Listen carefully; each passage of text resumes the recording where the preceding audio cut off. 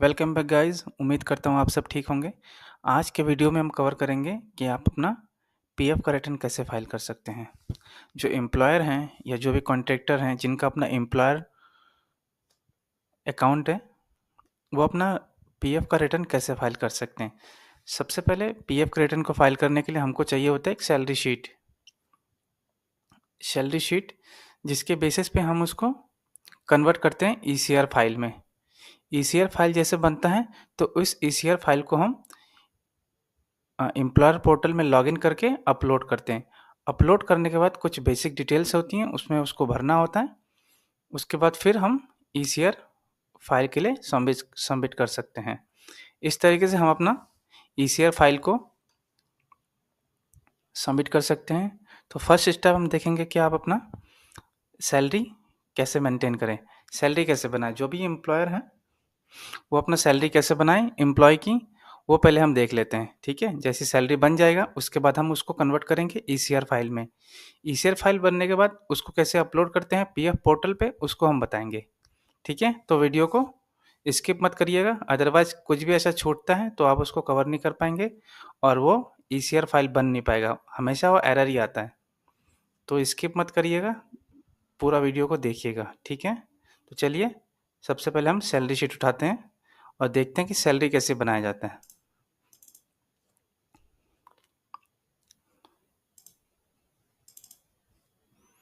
यह है salary sheet. देखिए, सबसे पहले हमने सैलरी शीट की कुछ बेसिक डिटेल्स हैं वो हमको पहले सीखना पड़ेगा। उसके बाद जाके आप यहाँ से डाटा उठा के ईसीआर फाइल बना सकते हैं।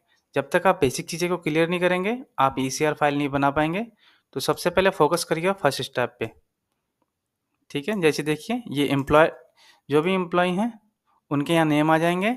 जितने भी एम्प्लॉय हैं आपके पास 50, 60, 70, 100 जितने भी एम्प्लॉय हैं उनके नेम यहाँ आ जाएंगे।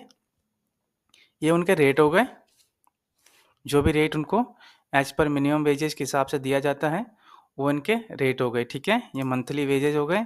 यहाँ पे एक कॉलम और ऐड होता है, उसमें वीडियो वगैरह लगता है। तो टोटल जो सैलरी हमारी मंथली है वो ये है।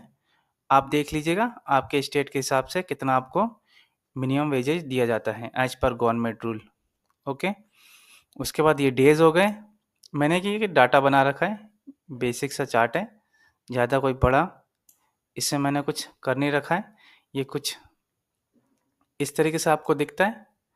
तो आप अगर ये शीट आपको अगर रिक्वायर होंगे तो मुझे बताइएगा, डीएम करिएगा, मैं आपको ये शीट जो है सेंड कर दूंगा। ओके, ये डेज हो गए, ये हमारा ग्रैंड टोटल हो गया। ये डेज के हिसाब से ये क्वायरी करता है। अगर आपके 26 डेज नहीं है यहाँ पे, सपोज दैट कि आपके 24 डेज हैं पूरे मंथ में वर्किंग, तो ये उस हिसाब से कैलकुलेट कर लेता है ऑटोमेटिकली। ठीक है, तो उस हिसाब से आगे भी जो है ये ऑटोमेटिकली कैलकुलेट कर लेता है। मैंने फॉर्मेट लगा रखा है, सब फार्मूला लगा रखा है, उस हिसाब से ये वर्क करता है। ठीक है, तो मैं आपको दिखा भी देता हूँ कहाँ मैंने कौन सा फार्मूला लगा रखा है। ओके, ये इसका सब टोटल है, आप इसको फॉलो करिएगा। ठीक है, इसको फॉलो करिएगा तब आपको पता लगेगा कहाँ कौन सा फार्मूला लगा पड़ा है और वो किस लोकेशन को ट्रेस कर रहा है। ओके, ये देखिए ये वाला 26 डेज है।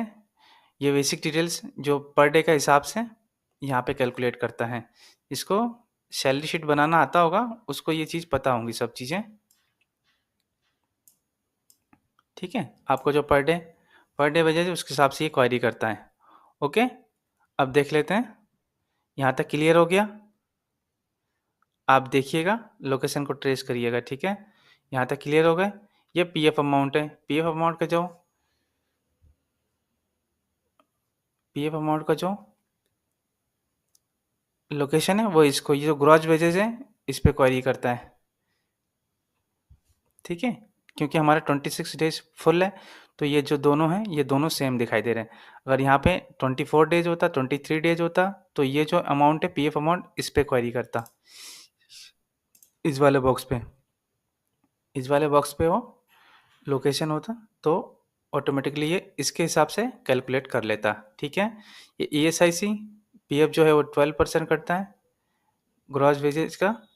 बेसिक जो टोटल होता है उसका बेसिक का कटता है पीएफ 12%, ओके, ग्रॉस पे नहीं कटता है। ईएसआईसी देखिए, ईएसआईसी ग्रॉस पे कटता है बट वो 21,000 से कम होना चाहिए। और जो पीएफ कटने का जो फिगर है वो 15,000 से कम होना चाहिए। उसकी जो बेसिक और जो वीडियो है वो 15,000 से कम होने चाहिए। उसके भले ग्रॉस 25,000 हो या 30,000 हो, उससे हमें कोई लेना देना नहीं है। उसका जो बेसिक है वो 15,000 से या 15,000 से कम होना चाहिए, उस पर कटता है। अगर उसका बेसिक 20,000 या 25,000 है तो भी वो 15,000 पे ही कटेगा। ठीक है, ये देखिए फॉर्मूला मैंने उस हिसाब से लगा रखा है, 15,000, okay. Round up if H1 15,000 ये है greater than 15,000 H2 into 12% of oblique 1800।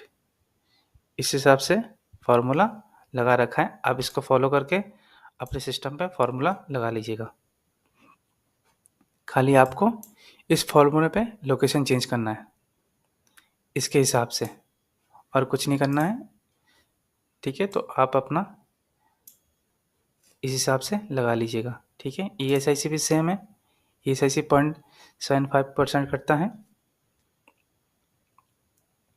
ये भी फॉर्मूला ग्रॉस पे क्वेरी करता है। ये जो ईएसआईसी है, ईएसआईसी ग्रॉस पे क्वेरी करता है। ठीक है, और ग्रॉस जो है 21,000 से कम होना चाहिए।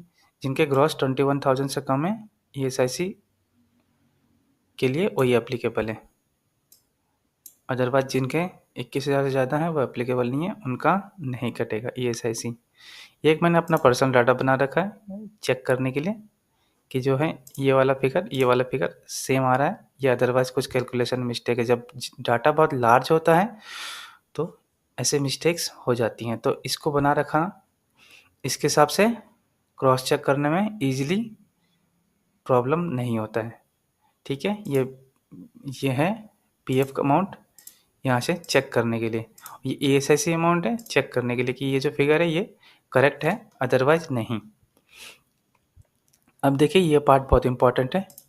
यहाँ देखिए ये 8.33% है किस अमाउंट का, इस अमाउंट का। ठीक है, इस अमाउंट का जो है सब क्वेरी करेगा आफ्टर डेज के बाद जो अमाउंट आता है इस अमाउंट पे। ठीक है, ये 8.33% है। देखिए मैंने फॉर्मूला लगा रखा है।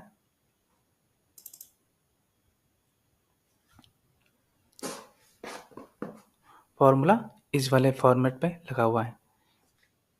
रीजन क्या है, अदरवाइज यहाँ पे अगर कुछ पॉइंट का इशू आता है तो ये राउंड अप लिया गया है यहाँ पे। ठीक है, तो इस वाले फॉर्मेट पे ये लगा पड़ा है। यहाँ पे 8.33% इस पे क्वेरी करता है।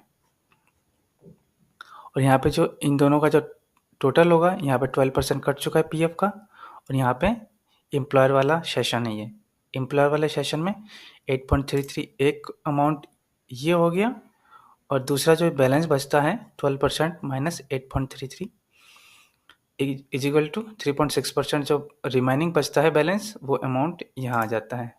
ठीक है, देखिए J5 माइनस R5,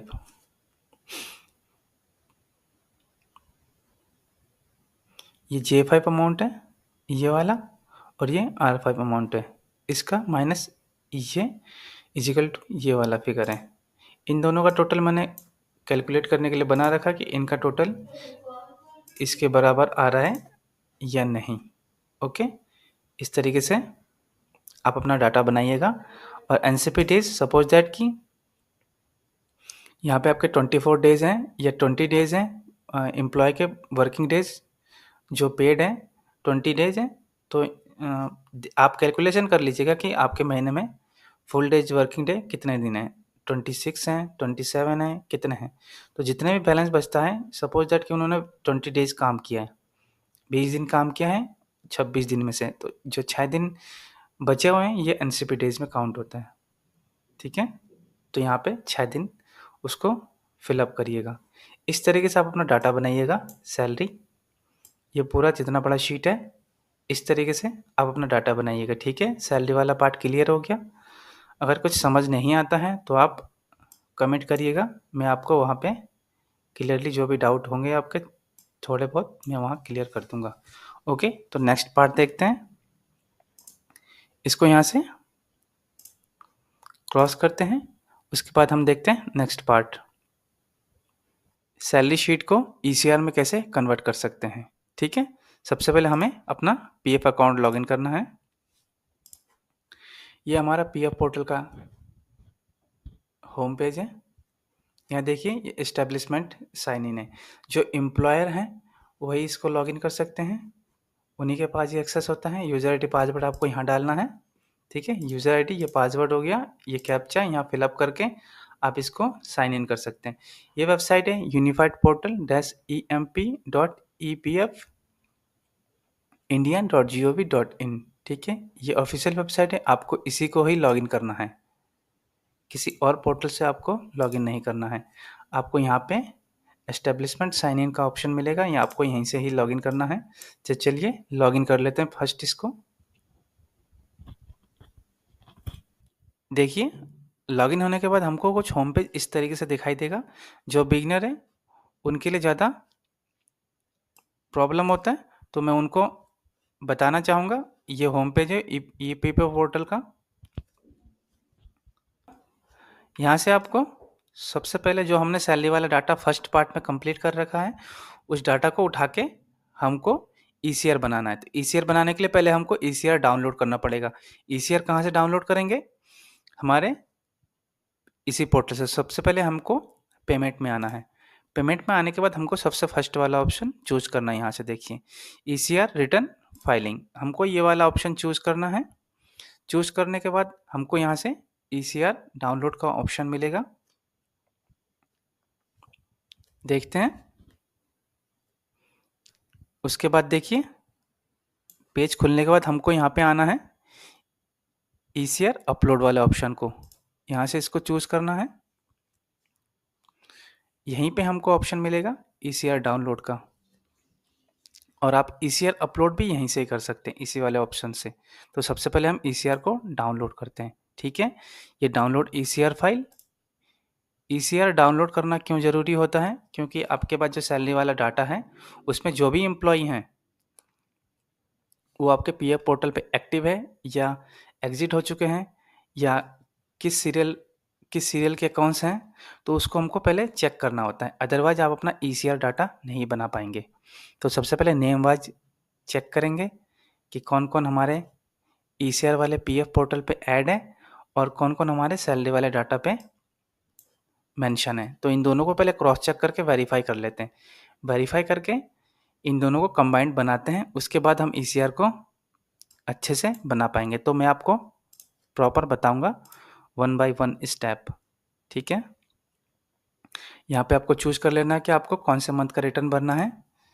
हमें मार्च मंथ का रिटर्न भरना है, तो हमको यहाँ से मार्च का जो है ईसीआर डाउनलोड करना है। ठीक है, यहाँ पे टाइप लिखना है आपको ईसीआर। यहाँ आपको ईसीआर वाले फाइल को डाउनलोड, इधर ईसीआर फाइल डाउनलोड, यहाँ पे आपको ये वाला चूज़ करना है। ठीक है, हमने ऑलरेडी इसको डाउनलोड कर रखा है, तो मैं आपको सीधा वहीं ले चलता हूँ।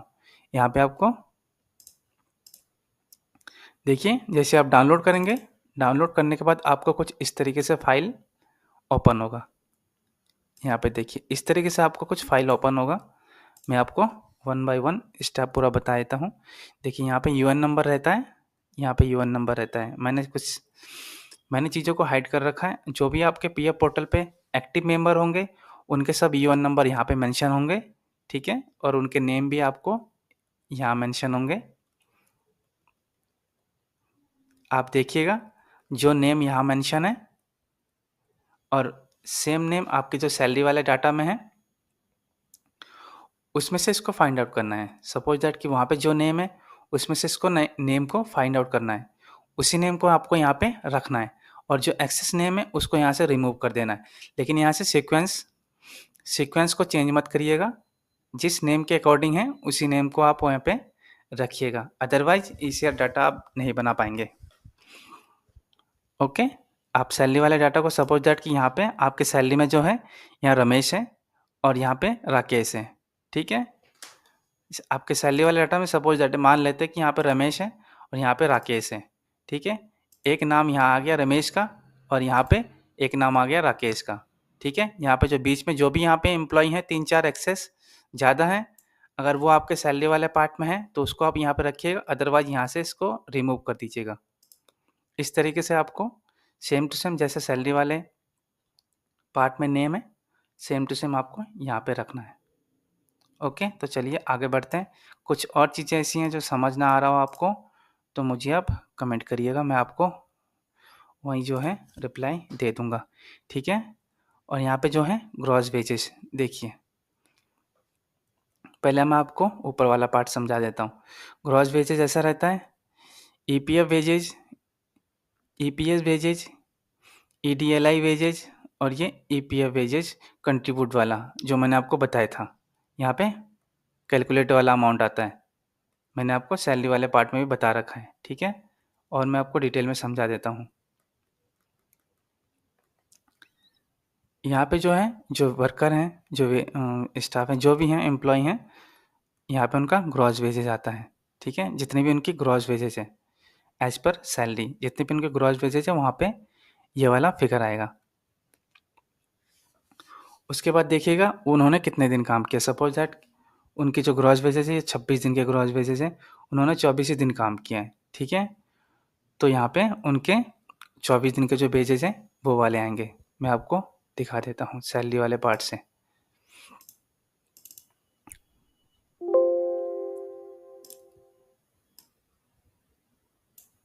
ये देखिए, सैलरी वाला पार्ट देखेंगे तो आपको ज़्यादा अच्छे से समझ आएगा। ये हो गया ग्रॉस वेजेज, जो एम्प्लॉय हैं यहाँ जो एम्प्लॉय रहेंगे ये उनका ग्रॉस वेजेज हो गया, ठीक है। ये वाला ग्रॉस वेजेज आपको यहाँ पे मेंशन करना है, ठीक है। उसके बाद देखिए ईपीएफ वेजेज, ईपीएफ वेजेज कौन सा होगा आपका, ये वाला होगा, ठीक है। ये वाला ईपीएफ वेजेज होगा, ठीक है। ये आपका ग्रॉस वेजेज आपको 1 बाय 1 यहाँ से ही समझना है।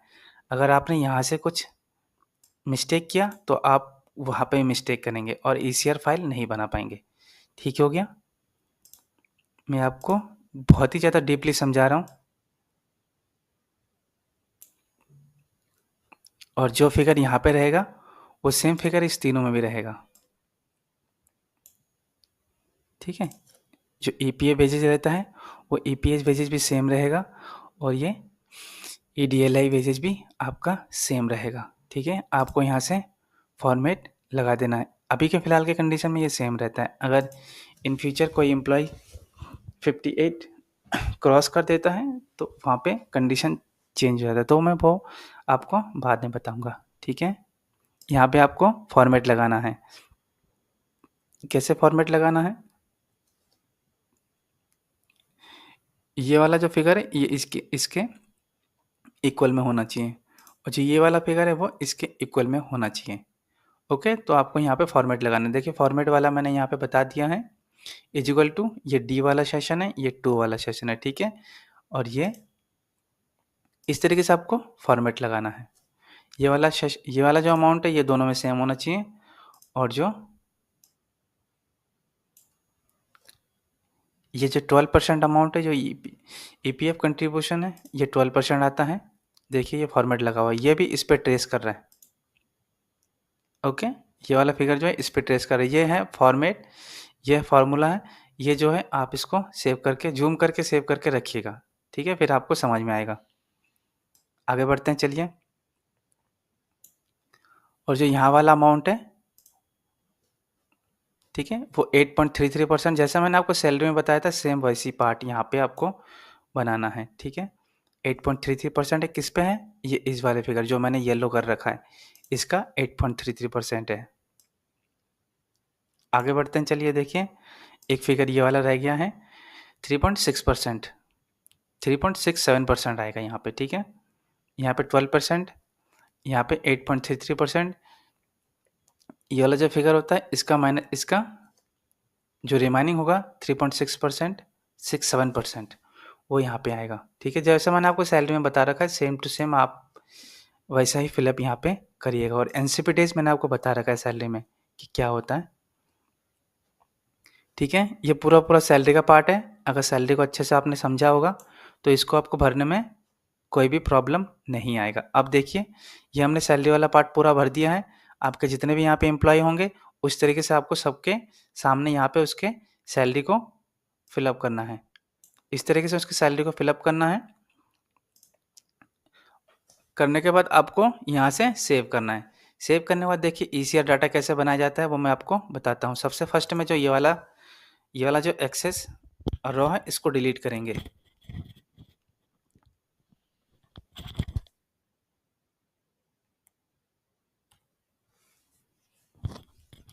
देखिए ये वाला आपने डिलीट कर दिया है। डिलीट होने के बाद ऊपर वाला ये रॉ हट चुका है। आपको फिर यहाँ पे आना है, फाइल में सेव एज करना है। दिस पीसी डेस्कटॉप में रखिएगा, लोकेशन को ज़्यादा अच्छे से आप फाइंड आउट कर पाएंगे। यहाँ पे सबसे पहले आना है, देखिए सेव एज टाइप पे यहाँ पे आना है। आपको ये वाला फॉर्मेट चूज करना है, ये CSV कॉम्प्टा डेलिमिटेड, ये वाला फॉर्मेट आपको चूज करना है। ठीक है, यहाँ से आप इसको नोट करके रखिएगा। ऊपर आना है आपको, यहाँ से फाइल फॉर्मेट को आपको डिलीट करना है और यहाँ पे लिखना है ECR। अब मंथ जो भी डालना है डाल सकते हैं, जिस भी मंथ का आपका होगा, बट इसमें स्पेस मत दीजिएगा। ठीक है, ECR मंथ मार्च। ठीक है, मार्च मैंने 25 कर दिया है। ओके, जैसे आपका फाइल नेम ख़त्म होगा तो आपको उसके बाद क्या करना है, डॉट लिखना है, डॉट TEXT, ये वाला आपको ज़रूर मेंशन करना है इसमें। फाइल नेम ख़त्म होते ही डॉट TEXT ये वाला लिखने के बाद आप इसको सेव कर सकते हैं। यहाँ पे यस करना है। ओके, ये ऑलरेडी सेव था तो इसको डोंट सेव करके स्किप कर दीजिएगा। देखिए इस तरीके से आपको फॉर्मेट मिलेगा। जैसे आप सेव करेंगे उसको तो आपको इस तरीके से फॉर्मेट मिलेगा, नोटपैड में ओपन होता हुआ। ये देखिए मैंने आपको दिखाया था यूएन नंबर, ये यूएन, यहाँ पे यूएन आएगा, यहाँ पे एम्प्लॉय का नेम आएगा, उनके जो है ग्रॉस वेजेस यहाँ पे आएंगे और उनके बेसिक बीडीए यहाँ पे आएंगे। और ये तीनों वाले कॉलम में ये सेम आता है जैसे मैंने आपको दिखा रखा था। ठीक है, ये उनके 12% वाला फिगर हो गया। उनकी जो सैलरी है, सैलरी कौन सा वाला, ये वाला, हमें यहाँ पे ग्रॉस और उसकी सैलरी बराबर है तो आपको सब सेम दिखाई दे रहे हो। किसी किसी कंडीशन में ऐसा होता है ग्रॉस बहुत ज़्यादा होता है, उनके जो है बेसिक बीडीए कम होते हैं, तो उस कंडीशन में ये वाले दोनों फिगर चेंज होंगे, लेकिन ये 3 फिगर चेंज नहीं होंगे, ये 3 फिगर हमेशा सेम रहते हैं। ठीक है, ये 12% वाला अमाउंट हो गया, उसके बाद ये 8.33 वाला अमाउंट हो गया, उसके बाद ये 3.67 वाला अमाउंट हो गया। एनसीपी डेज हमारा 0 है, वर्किंग डेज जो है फुल है 26 डेज, तो यहाँ पे 0 रहेगा और ये वाला फिगर 0 ही रहता है। अब इसको देखिए क्या करना है, ये बहुत इंपॉर्टेंट वाला चैप्टर है, मैं आपको बता देता हूँ। यहाँ पे जो ये कॉमा है, इस कॉमा को यहाँ से चेंज करना है। चेंज करके यहाँ पे क्या डालना है वो मैं आपको बता देता हूँ। ठीक है, यहाँ पे आपको Ctrl+H करना है, Ctrl+H से रिप्लेस करना है कुछ यहाँ पे चीज़ें। क्या रिप्लेस करना है हमको, कॉमा रिप्लेस करना है। किससे रिप्लेस करना है, यहाँ पे सबसे पहले हमको डालना पड़ेगा क्या, हैज़। उसके बाद देखिए एक सिंबल मैं आपको बता देता हूँ कीबोर्ड में, फर्स्ट जो वन वाला सिंबल है उसके सामने रहता है। मैं आपको जूम करके भी दिखा देता हूँ।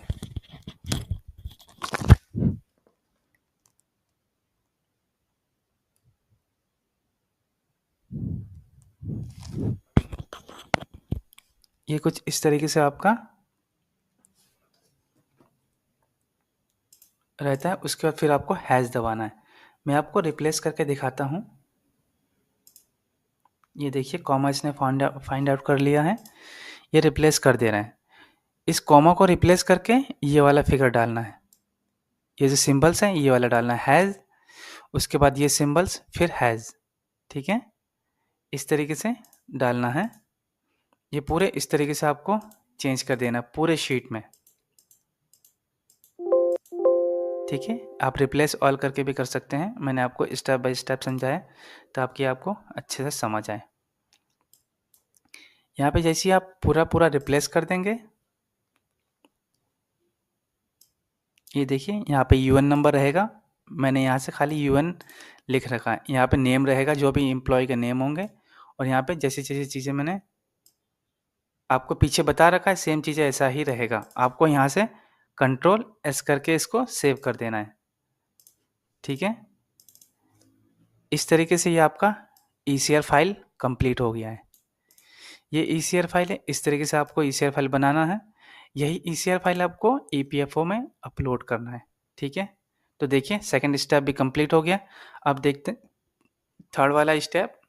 थर्ड वाले स्टेप में हम ये वाला जो ईसीआर फाइल हमने बना रखा है, इसको हमें अपलोड करना है पीएफ पोर्टल पे। ओके, तो अब देखते हैं जो पीएफ पोर्टल हमने लॉगिन कर रखा था उस पर ईसीआर फाइल को कैसे अपलोड करते हैं। इसको यहाँ से क्रॉस कर देंगे। ये डेमो था जो मैंने आपको बताया था, जो आपको मैंने समझाने के लिए बना रखा था। इसको मैं डिलीट कर देता हूँ। ठीक है, और जो मैंने अपना डाटा बना रखा है वो मेरा डाटा ये रहा। देखिए मैंने इस तरीके से डाटा बना रखा है। ये मेरा डाटा है। इस डाटा को हम अपने पीएफ पोर्टल पे अपलोड करेंगे। ओके, सेम टू सेम ऐसा डाटा आपका बनेगा। जितने भी आपके एम्प्लॉय होंगे ये डाटा उतना ही नीचे बढ़ता जाएगा, उतना बड़ा होता रहेगा। ठीक है, तो आप उसको चेकआउट करिएगा अपने केस में। मैं जो है अब पीएफ पोर्टल जो मैंने लॉगिन कर रखा था उस पर ईसीआर फाइल को कैसे अपलोड करते हैं वो मैं आपको फर्स्ट से बता देता हूँ। ठीक है, आपको आना पेमेंट में। पेमेंट में आपको फर्स्ट वाला ऑप्शन चूज करना है।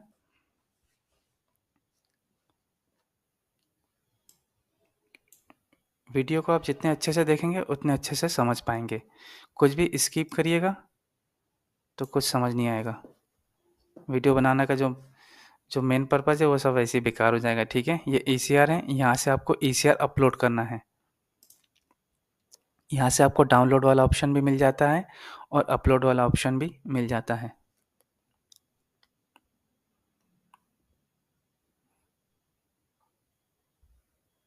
ठीक है, यहाँ से आपको देखिए ईसीआर फाइल अपलोड वाला ऑप्शन चूज करना है।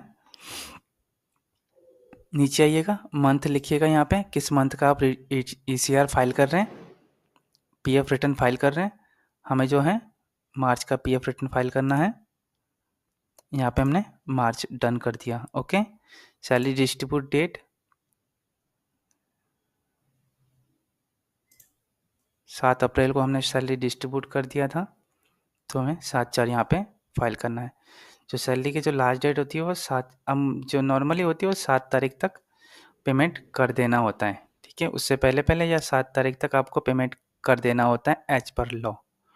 ओके, हमें यहाँ से फाइल को अटैच करना है। कौन से फाइल को? जो हमने ईसीआर फाइल बना रखा है। ओके, जो हमने ईसीआर फाइल बना रखा है, किस नाम से बना रखा है आपको चेक करना है। ठीक है, यहाँ फाइल नेम मुझे चेंज करना पड़ेगा या मार्च करना पड़ेगा। मार्च 25 कर दिया हमने इसको। अब दोबारा से आएंगे पीएफ पोर्टल पे, यहाँ पे हमें अटैच करना है। ये हमारा फाइल हो गया है मार्च 25। यहाँ पे ईसीआर को चूज़ करना है। यहाँ पे जो कंट्रीब्यूट रेट है 12% ही रहता है। यहाँ पे इसको 12% करेंगे। यहाँ पे रिमार्क में कुछ आप फिलअप करना चाहते हैं तो फिलअप कर सकते हैं। यहाँ में हमें मार्च भर देता हूँ, मार्च सैलरी स्पेस सैलरी, यहाँ पे अपलोड करना है।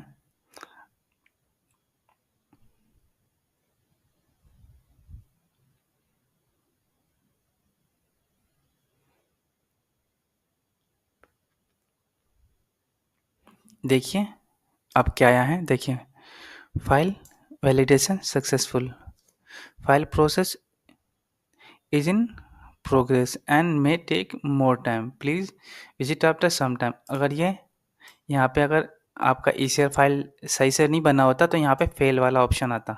ठीक है, सक्सेसफुल हो चुका है तो इसका मतलब आपका ईसीआर जो डाटा बनाया है आपने वो बिल्कुल ठीक बना है। ओके, इस चीज़ को आपको देखना है। अगर यहाँ पे सही नहीं बना होगा तो यहाँ पे एरर वाला ऑप्शन आपको देखने को मिलेगा। आपको एरर को ओपन करना है और ओपन करने के बाद उसमें देखना है कि आपको किस वाले चीज़ में एरर शो हो रहा है, आपको फिर उसको ठीक करना है। अगर आप इस तरीके से बनाएँगे जैसा मैंने आपको बताया तो आपको एरर फेस करना नहीं पड़ेगा।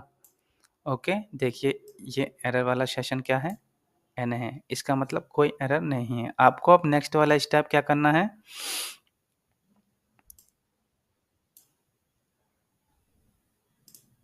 आप ईसीआर स्टेटमेंट भी देख सकते हैं, अगर कुछ चेंजेस करना हो आपको तो अब भी आप कर सकते हैं यहाँ से। ओके, आपके पास अभी भी ऑप्शन है, आप यहाँ से चेंजेस कर सकते हैं। उसके बाद हमें यहाँ से वेरीफाई करना होता है। जो ईसीआर फाइल आपने बना रखा था वो ये है, यहाँ से आप डाउनलोड करके देख भी सकते हैं या चेकआउट भी कर सकते हैं। फिलहाल हमें ज़रूरत नहीं है क्योंकि हमें पता है कि हमारा डाटा जो है बिल्कुल ठीक है। ओके, ईसीआर वैलिडेशन सक्सेसफुली, ये टीआरआर नंबर भी जनरेट हो चुका है। अब कोई इश्यूज इसमें नहीं है। ओके, ये प्रीपेड चालान वाले ऑप्शन को चूज करना हमको। हमें अब चालान बनाना है। ईसीआर फाइल जो है अपलोड हो चुका है, हमें अब चालान बनाना है। चालान बनाने के लिए हमको देखिए ये सारा डाटा आ रहा है इस तरीके से। आपको चेक करना है तो आप चेक भी कर सकते हैं इसको इस तरीके से।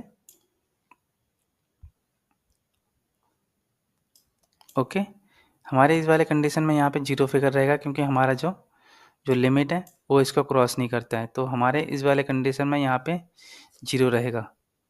इसकी कुछ कंडीशन होती है तो वो मैं आपको बाद में एक सेपरेट वीडियो बना के बता दूंगा कि इस 3 वाले जो सेशन है इसमें क्या क्या कंडीशन रहती है, किस वाले कितने अमाउंट पे क्या वाला सेशन यूज होता है। तो ठीक है, इस वाले के लिए मैं एक सेपरेट वीडियो बना के आपको अपलोड कर दूंगा। फिलहाल के कंडीशन में ऐसा कुछ नहीं है क्योंकि हमारा जो सैलरी है वो बहुत ज़्यादा कम है। आपको टोटल मंथ में कितने एम्प्लॉई हो वो आपको काउंट करना है और यहाँ पे फिट अप करना है। ठीक है, देख लेते हैं कितने एम्प्लॉई हैं। फिलहाल मुझे भी नहीं पता कि हमारे फर्म में कितने एम्प्लॉई हैं। 1 2 3 4 5 6 7 8 8 एम्प्लॉई हैं, तो हमको यहाँ पे 8 वाला ऑप्शन चूज़ करना है। ओके, एम्प्लॉयज़ एक्सक्लूडेड एम्प्लॉय हमारे फर्म में अभी कुछ नहीं है तो हमें यहाँ पे जीरो फिटअप करना है। देखिए, और जो ग्रॉस वेजेस है जो एम्प्लॉय हैं एक्सक्लूडेड एम्प्लॉय, उसके जो ग्रॉस वेजेस है ग्रॉस वेजेस को यहाँ पे डालना पड़ता है। जो हमारे पास नंबर ही नहीं है तो हमको यहाँ पे भी जीरो फिटअप करना है। ठीक है, हम यहाँ से जनरेट चालान करेंगे।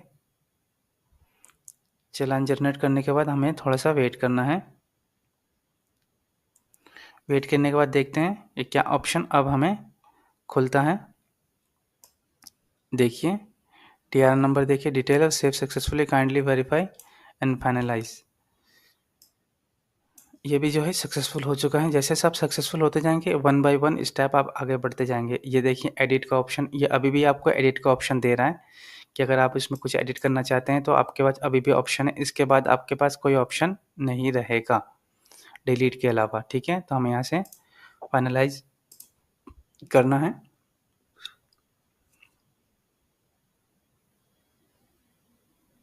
फाइनलाइज करने के बाद हमको थोड़ा सा वेट करना है। उसके बाद देखिए क्या ऑप्शन आता है। सो देखिए चालान जो है हमारा सक्सेसफुली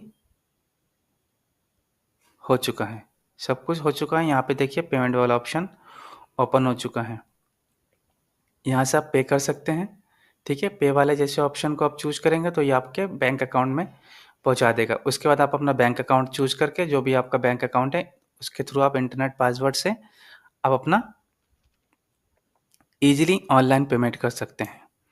तो ये रहा, आपको रिसिप्ट डाउनलोड करना है तो यहाँ से आपको रिसिप्ट भी मिल जाएगा। ये देखिए ये रिसिप्ट,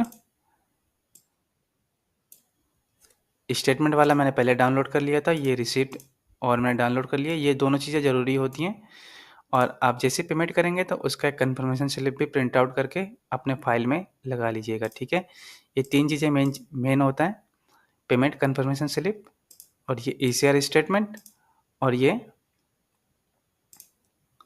रिसिप्ट।